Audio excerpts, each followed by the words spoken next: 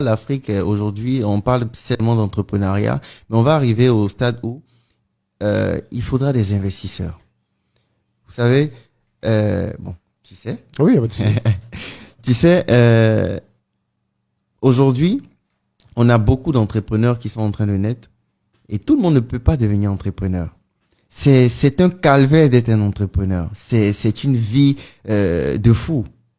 C'est du stress, c'est de la pression, c'est des pleurs, c'est connaître un peu de tout en même temps. Donc, c'est se former tout le temps et c'est travailler tout le temps. Oui, Et tout le monde ne pourra pas. Par contre, tout le monde peut devenir investisseur. Et nous devons avoir cette culture d'investissement-là. Avoir une partie de nos revenus qui soit dédiée à l'investissement. Que ce soit 10-15% tous les mois qui sont dédiés uniquement à l'investissement. On oublie. Et il faut savoir une chose, l'investissement, c'est sur le long terme.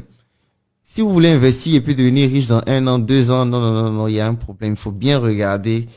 Il y a un problème. L'investissement, il est cumulé sur le long terme de sorte à ce qu'au bout de 10 ans, 15 ans, vous retrouvez à ce que la valeur de vos investissements puisse vous permettre de gagner ce que vous gagnez en travaillant. par exemple, oui. Au plus même, oui. Voilà pourquoi moi j'ai dit, qui a fixé la retraite à 60 ans? J'ai dit, moi je fixe ma retraite à 35 ans. OK. Parce qu'en ce moment-là, oui, mais qui a fixé? Chacun a le droit de fixer sa retraite. Tout à fait. On peut vouloir devenir milliardaire en tant que jeune, c'est sacrifier sa jeunesse. C'est travailler dur et tous les jours. C'est savoir s'entourer. C'est être organisé. C'est savoir mettre la priorité là où il le faut. Parce que nous avons tous 24 heures. Mais à la fin de la journée, on n'est pas au même stade. Donc tout dépend de comment est-ce que vous utilisez vos 24 heures.